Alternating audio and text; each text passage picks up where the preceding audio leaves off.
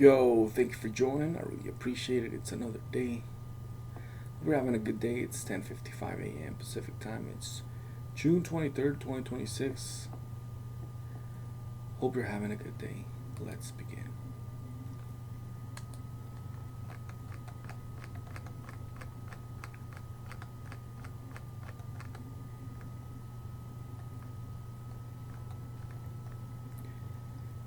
Republicans bring shadow network of PACs manipulating Dems primaries to New York. Tuesday's primaries in New York, Maryland, and Utah can tell us a lot about the direction of the Democratic Party, but one race in particular is said to have major implications for November's election. The Democratic primary in New York's 17th congressional district is said to be a fresh test of whether Republicans can manipulate the Democratic primary voters with sneaky attack ads. Republicans are worried about Representative Mike Lawler, a Republican from New York, being able to win re-election in November. So they've been meddling in the Democratic primary with an ad targeting Kate Conley, one of five Democrats vying to be the party's nominee. A group called Progressive Champions PAC claims in a TV ad that Conley, an Army officer who has deployed to combat zones and holds a significant lead in the Democratic primary, consulted for a firm that partnered with an immigration and customs enforcement contractor. Conley pocketed over 300 grand from firms supporting the apparatus weaponized by ICE, the ad's narrator says. But Progressive Champions PAC isn't really a progressive organization. It was created last month within minutes of another shadowy PAC, and campaign finance records suggest both have ties to the congressional leadership fund, a super PAC controlled by House Republican leadership. Progressive Champions PAC and the CLF did not respond to requests for comment. The attack ad against Conley indicates Republicans would rather have someone else go up against Lawler, one of only three House Republicans representing a district carried by Kamala Harris in 2024. It is very clear that Mike Lawler is terrified to face me in November, and he is willing to go to any length to try to prevent that from happening, Conley told HuffPost. Conley said she'd be a better opponent against Lawler than her nearest Democratic rival, Beth Davidson, a member of the Rockland County Legislature, because Lawler has previously beaten Democratic politicians who served in government. He has never had to face someone like me before, Conley said. A network of sham Republican PACs has meddled in other Democratic primaries with mixed results. One group put up ads last month backing Maureen Galindo, an unsuccessful Democratic primary candidate in Texas, who suggested turning an ICE detention center into a prison for American Zionists. Another group backed Matthew Dunlap over Joe Balladaci in the Democratic primary to face former Maine Governor Paul LePage in a race to replace retiring Representative Jared Golden, a Democrat from Maine. National Democrats backed Balladaci, but Dunlap won when the race was called over the weekend. Here are four other things to watch in Tuesday's primary. Mamdani puts his influence on the line. New York City Mayor Zohran Mamdani has endorsed three progressive candidates in contested congressional primaries. The first looks like a sure thing. Brad Lander, a former city comptroller, is expected to easily defeat incumbent Representative Dan Goldman in a Manhattan-based district. Goldman was always too moderate for.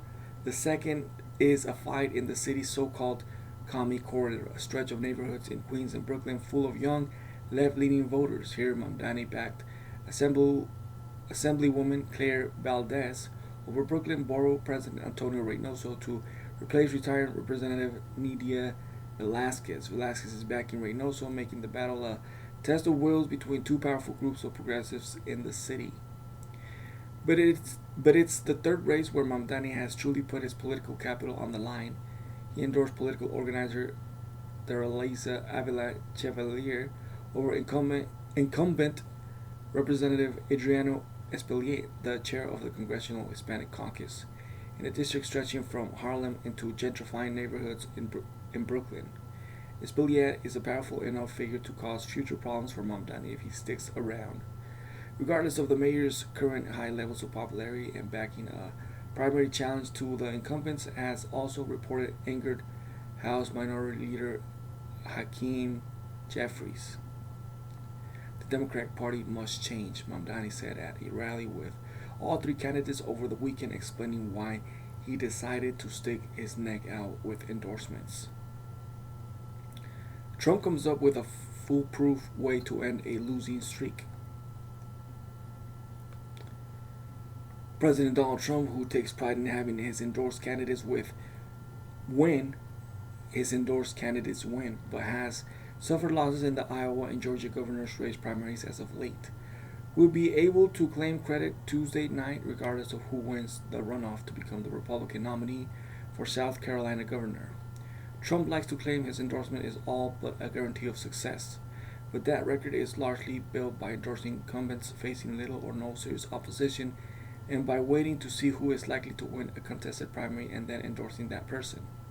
In South Carolina, for instance, Trump has endorsed the sitting Republican Lieutenant Governor Pamela Yvette ahead of the June 9th primary. She finished first with just under 29% of the vote, well short of an outright majority and barely ahead of Ellen Wilson, the state's Attorney General and son of former GOP Republican Joe Wilson. Subsequent surveys, however, have Wilson simply dominating in the runoff. Public polling gives him leads of anywhere from 7 to 28 percentage points. So what has Trump done? Gone ahead and endorsed Wilson too. I can't hurt one of them by only endorsing the other. So therefore I am going to endorse for governor of South Carolina both Pam Yvette and Alan Wilson. It's a wealth of riches. With either one you can't go wrong. Vote for Pam or Alan, he wrote inside a social media post. There are by definition only two candidates in a runoff. The redistricting wars could do in a powerful Democrat. One of Tuesday's oddest races will be in Baltimore, where social media influencer Bobby Lepine has put a scare in one of the state's most powerful Democrats.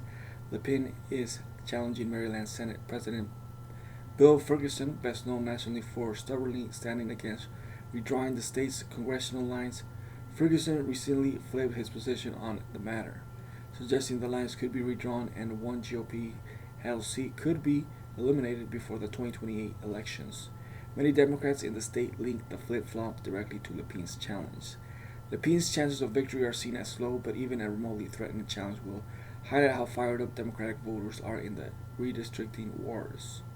While Republican-led redraws have been top-down affairs dictated by the White House and powerful governors, Democrats have faced bottom-up pressure from their grassroots to respond. Lepine's could turn into a particularly vivid example. Progressives could doom themselves by splitting the vote again. Progressives may find themselves on the losing end of the two key primaries in open seats because of a familiar problem: too many like-minded candidates. In Maryland's 5th District, where former Majority Leader Steny Hoyer is retiring, a raft of candidates championing progressive policies provide the opportunity for big money super PACs to get their chosen candidate. Dale Adrienne Boatho, Hoyer's chosen successor and former campaign manager, is backed by more than $11 million in spending by crypto and pro-Israel super PACs.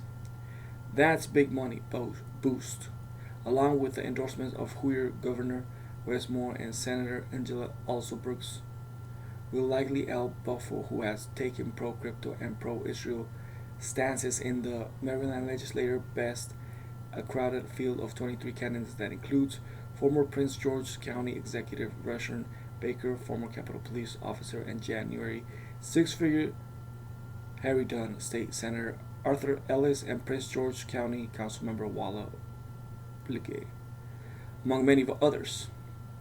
But he is unlikely to do so with anything approaching a majority of the votes. Across the country, in Utah, former Representative Ben McAdams, who lost re-election in a swing seat centered on a Salt Lake City in 2020, is running again for a new safe Democratic seat created by a state court under Utah's anti-gerrymandering laws. McAdams, a moderate Democrat, faces competition from his left from State Senator Nate Blewin, who is endorsed by Vermont Senator Bernie Sanders, and former tech worker Libyan Mohammed, who won the delegate vote at the Utah Democratic Convention. Both Blewin and Mohammed argue that McAdams, who opposes abortion rights and was the most conservative Democrat in his one term in the House, is not a good fit for this solidly Democratic seat. But McAdams, who is boosted by a super PhD funded by artificial intelligence companies, has establishment support and can count on his competition on the left to split the vote on Tuesday.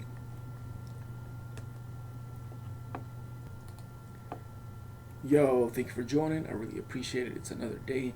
It's 11:13 a.m. Pacific time. It's June 23rd, 2026.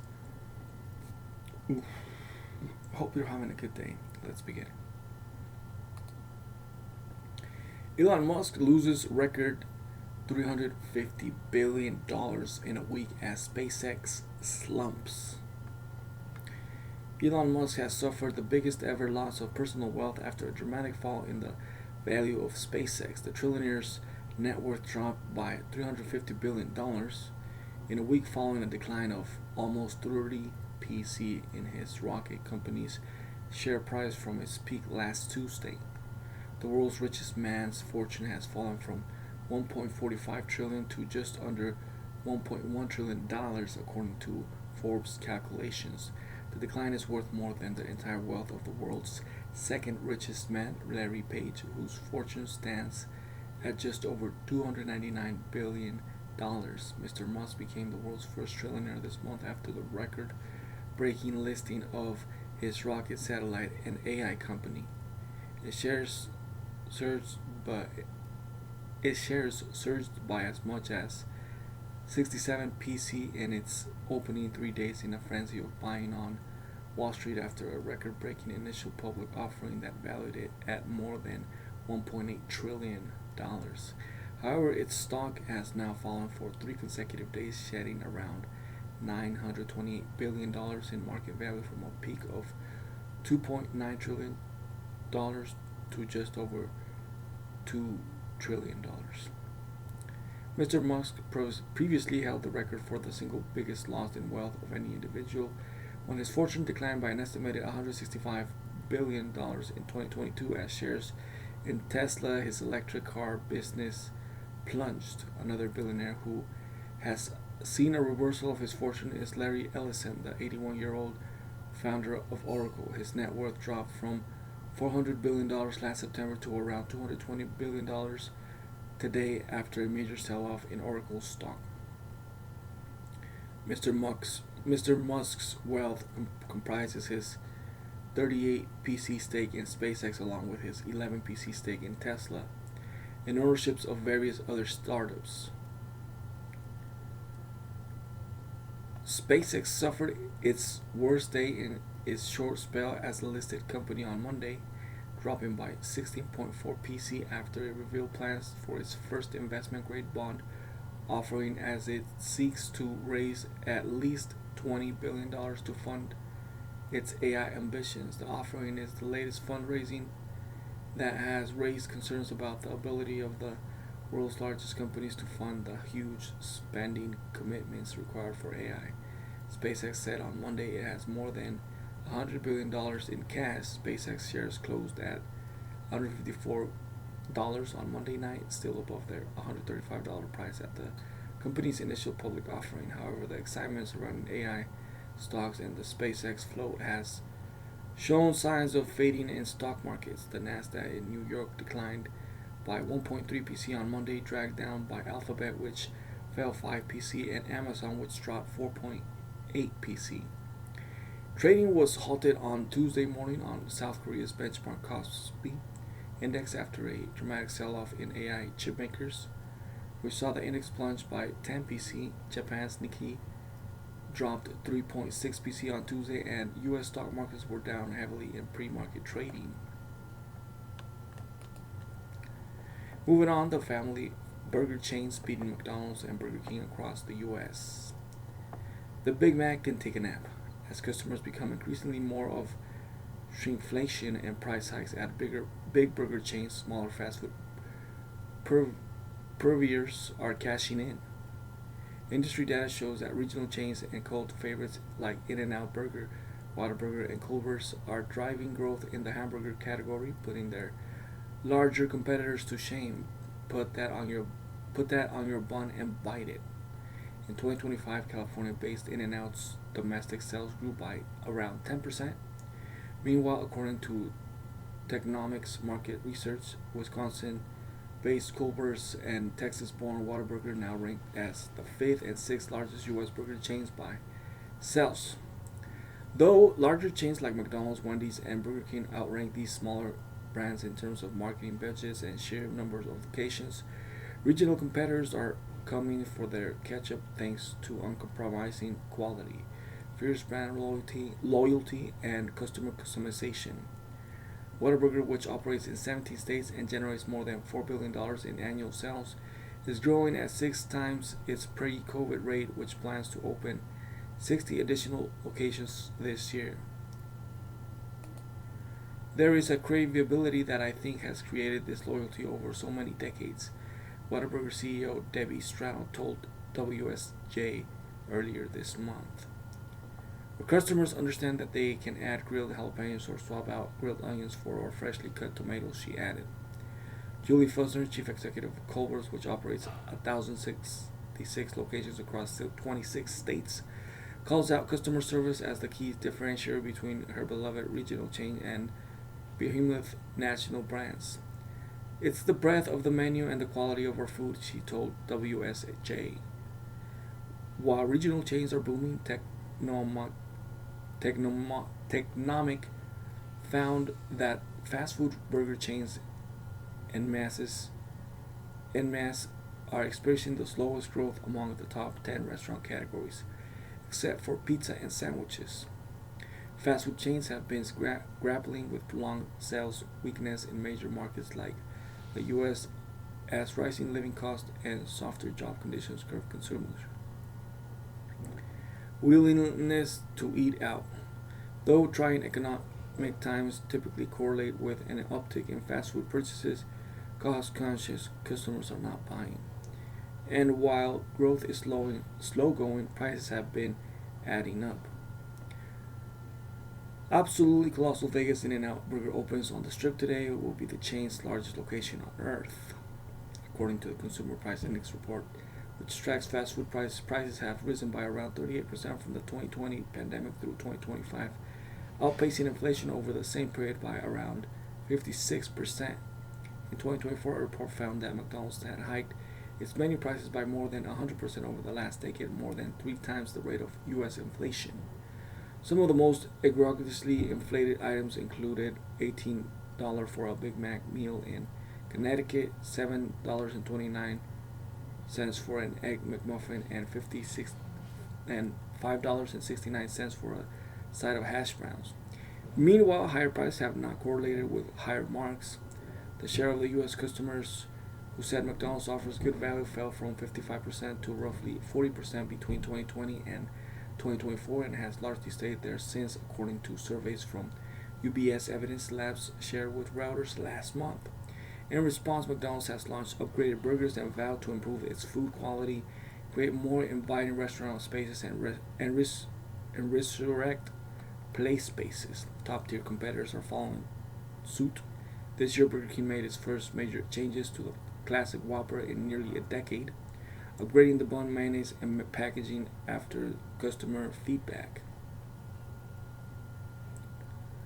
While larger chains continue to try to rebound by offering upgrades and introducing discount menu items, brands like Whataburger have kept sales steady with an unwavering commitment to quality and the customer experience. According to survey data, while Culver's and Whataburger do not rank high among customers for price point or speed, they get consistently high marks for food quality and overall satisfaction.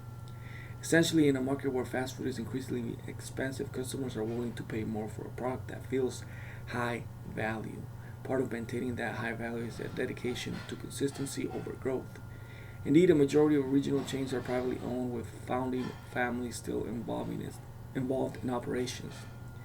In-N-Out, California's favorite burger chain, was founded in 1948 by Harry and Esther Snyder in Baldwin Park as California's first drive-thru hamburger stand. The company remains owned and operated by the Snyder's granddaughter, Lindsay, and does not franchise its restaurants.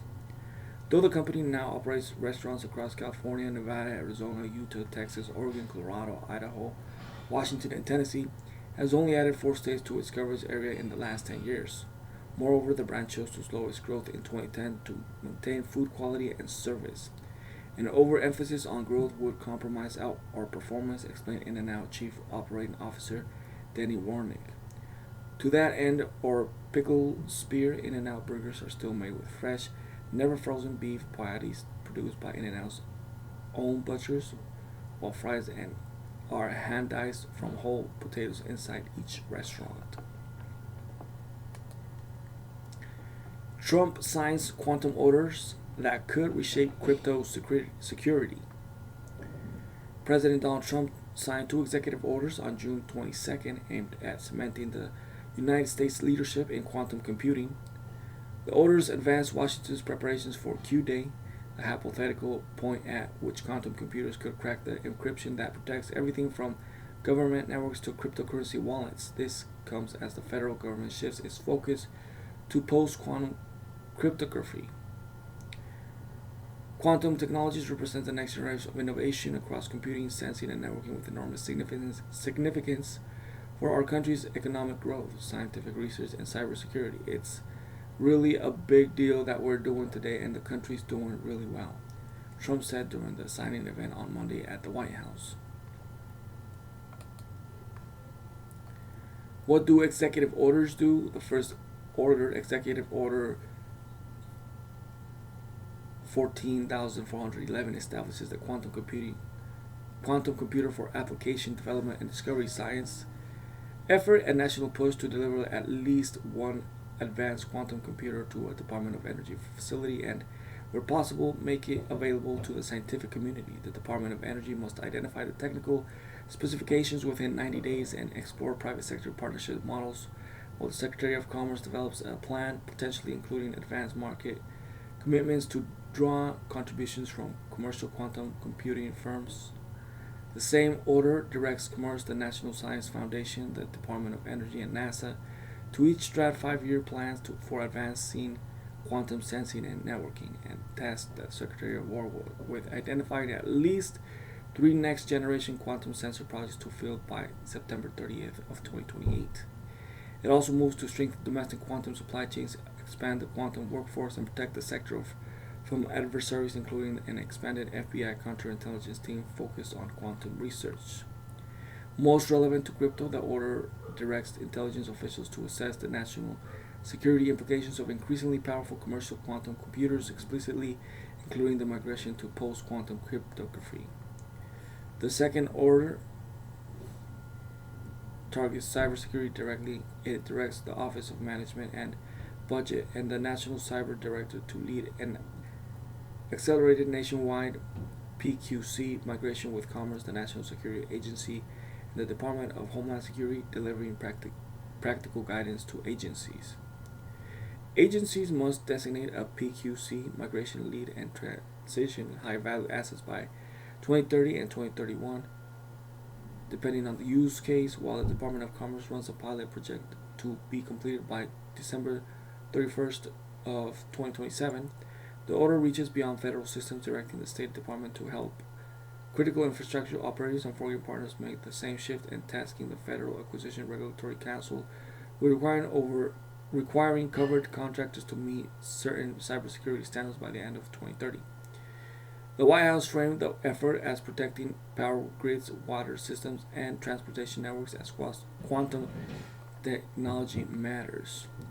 While crypto is racing to prepare, quantum computers process information fundamentally differently from traditional computers, where a standard computer works with binary data, ones and zeros.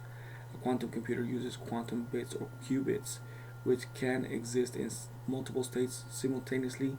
This allows quantum machines to solve certain complex problems exponentially faster than anything currently available. It also poses a significant threat to existing encryption standards, which is why the transition to quantum resistant cryptography has become a priority for governments worldwide. The timing lands as the crypto industry accelerates its own defenses. Bitcoin and most major cryptocurrencies rely on the elliptic curve cryptography to secure wallets and transactions, the same class of encryption that quantum computers could eventually break. The crypto industry has been watching quantum development closely, with researchers already working on quantum resistant blockchain protocols. Google set a 2029 deadline to adopt post quantum cryptography, while developers proposed BIP 360 and BIP 361 to introduce quantum resistant Bitcoin addresses and eventually freeze coins left in vulnerable legacy addresses. In June, just a few days ago, Coinbase Quantum Advisory Council warned that roughly 7 million BTC could eventually be exposed.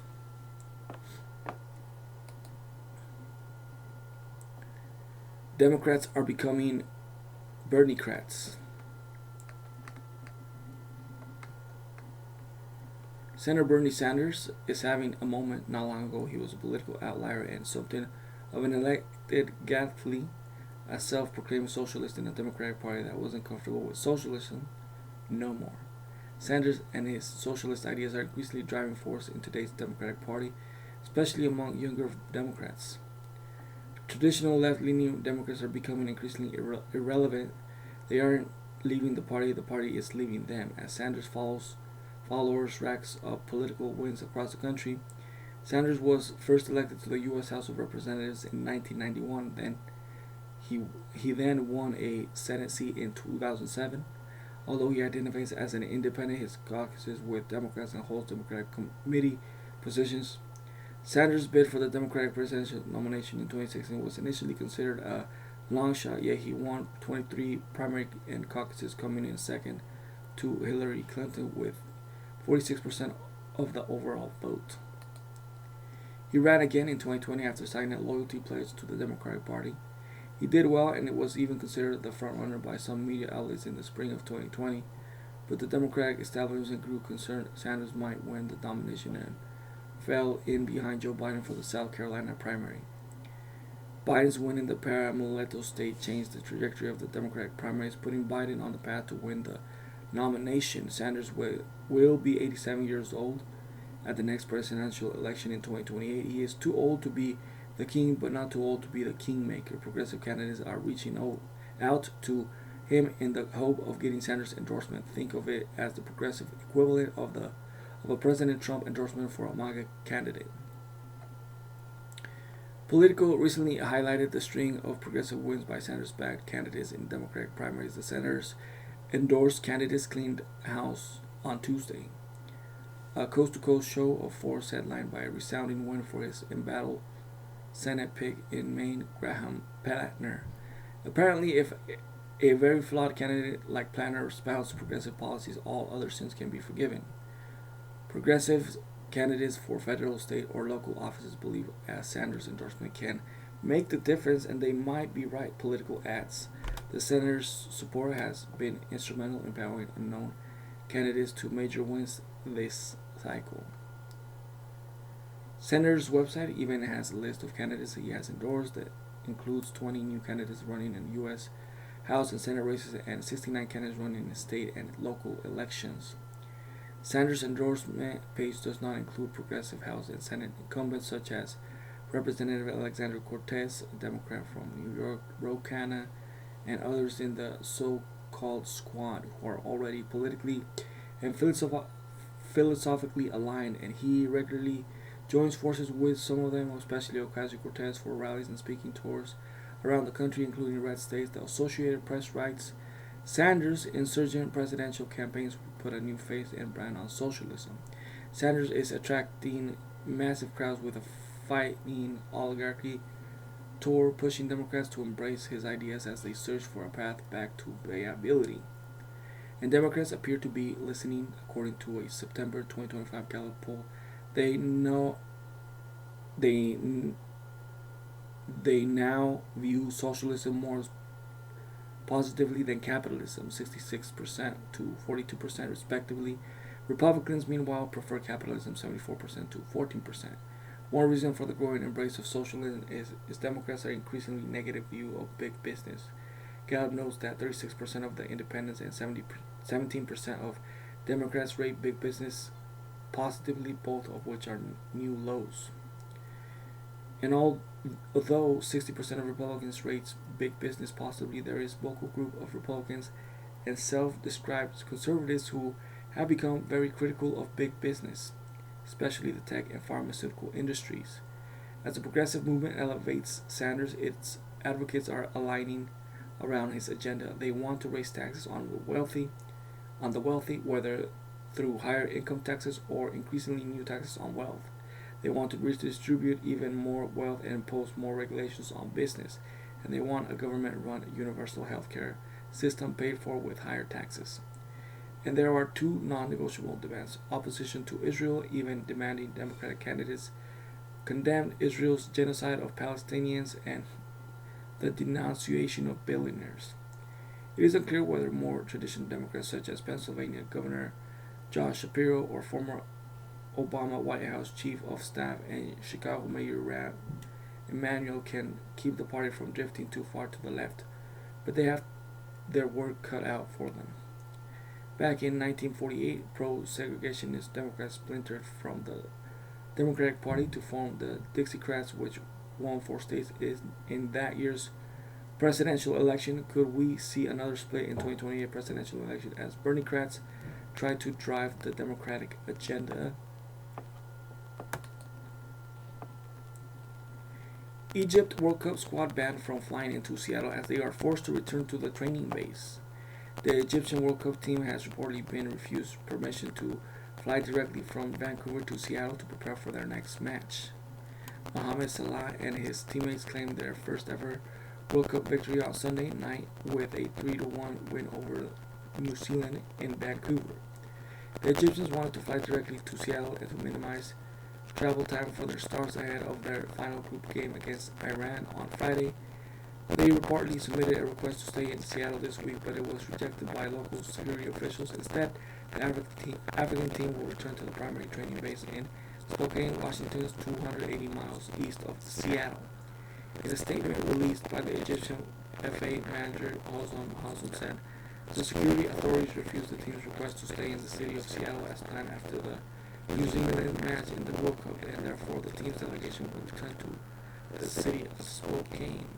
The team had wanted to travel directly to Seattle to preserve the players from travel fatigue due to the numerous trips in preparation for the Iran match on June 26, but following the security stance, the Egypt national team delegation will return to Spokane. Salah scored as Egypt stormed back from a goal down to beat New Zealand 3-1 and claimed their first ever World Cup win after an end-to-end start by both teams. New Zealand opened scoring in the 14th minute when North End surrendered at home. Egypt finally leveled in the 58th minute as Malta capitalized on a super five with a cross Sami passing in New Zealand's outlet to Egypt. Hitting like 8 minutes later, it was celebrating 1-2 with Zico for fire and delivering a shot past keeper Max Crone. A third goal all but sealed the result in the 81st minute. Substitute Trezeguet beating a tired New Zealand fans to a corner and heading it into the back of the net. The result sees Egypt move to the top of Group G with a clash with Iran awaiting on Friday night. Following the match, Salah said, "It's incredible, I don't know how to express it in words. It's a great achievement for all the players, for the staff, so hopefully we can carry on like this in the group and we can write history and qualify. In the years to come, it will be remembered as one of the best achievements in the history of Egyptian football. We have to enjoy today, enjoy tomorrow, then focus on the next game."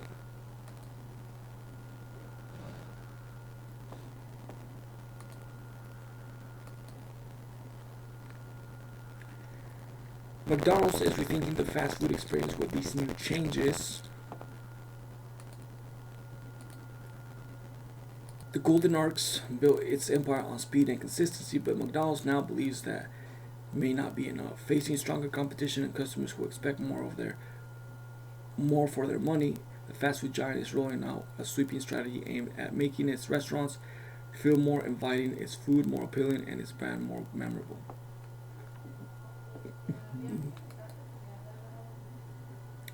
Chicken has become the growth engine. McDonald's built in its reputation on burgers, but executives increasingly see chicken as the company's biggest opportunity. During recent investors in discussion, CEO Chris Kempczynski noted that chicken is now a larger category than beef globally and is expanding at roughly twice the pace. While McDonald's already commands a dominant position in burgers, it still trails several competitors in chicken, including Chick-fil-A, Raising Cane's, Popeyes, and KFC. Company leaders believe that closing the gap could unlock years of growth. The shift also reflects changing consumer habits as many diners increasingly view chicken as a more affordable and versatile option than beef. New chicken products are already in testing. The company is experimenting with premium offerings including hand-breaded chickens, wings, and fillets, while improving its McCrispy platform with new varieties and sauces.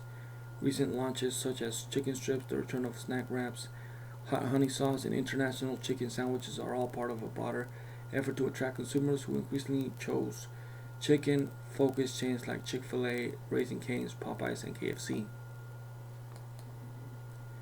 Diners want more than cheap food. McDonald's executives say consumers are becoming more demanding, especially after years of inflation.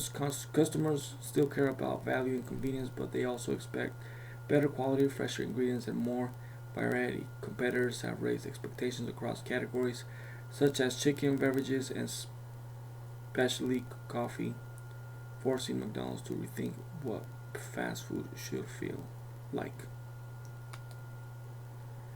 Restaurants are getting a new look. McDonald's is not only updating its menu, it is also reconsidering how its restaurants look and feel. Over the past decade, many locations adopted sleek gray interiors and modern designs intended to appeal to contemporary consumers. While functional, the restaurant often lost some of the playful personality that once made them distinctive.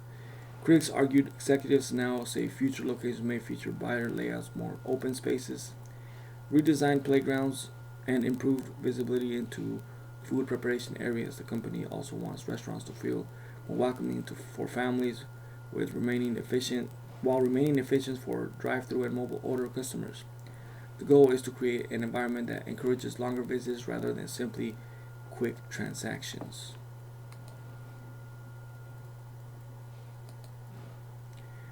Technology will play a bigger role.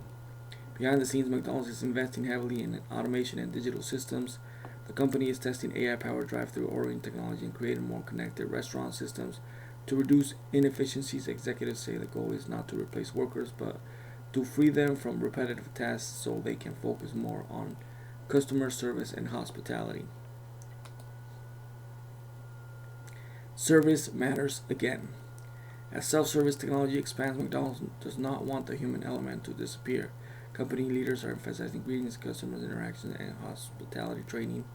Programs already used in countries such as Canada, Australia, and China are being studied as models for making visits feel more welcoming and personal.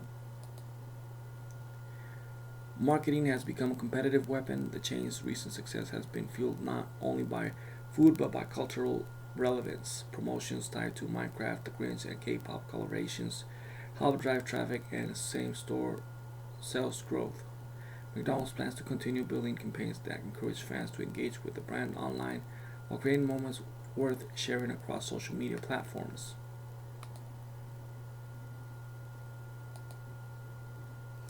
The pressure to keep growing is real. McDonald's remains the world's largest restaurant chain, but executives acknowledge the competitive landscape is changing. Specialty coffee chains, chicken-focused brands, and regional fast food concepts are all competing for a consumer who is spending more cautiously due to high food prices and lingering inflation. Maintaining growth now requires constant innovation rather than relying on brand recognition alone. A new era for the Golden Arcs. McDonald's latest strategy reflects a broader shift across the restaurant industry. Customers increasingly expect quality, experience, convenience, and value at the same time. By investing in better chicken redesigned restaurants, improved technology, and stronger hospitality, the company is betting that the future of fast food will depend less on simply serving meals quickly and more on giving people reasons to choose McDonald's over every other option available. Again, thank you for joining. I really appreciate it. Smash that like button, subscribe to the channel, comment down below, let me know what you think. Follow me on Instagram, the Studio 11. Follow me on X, the Studio 2020. I like to say Twitter. Follow me on Twitter. Thank you for joining, and I'll see you on the next one.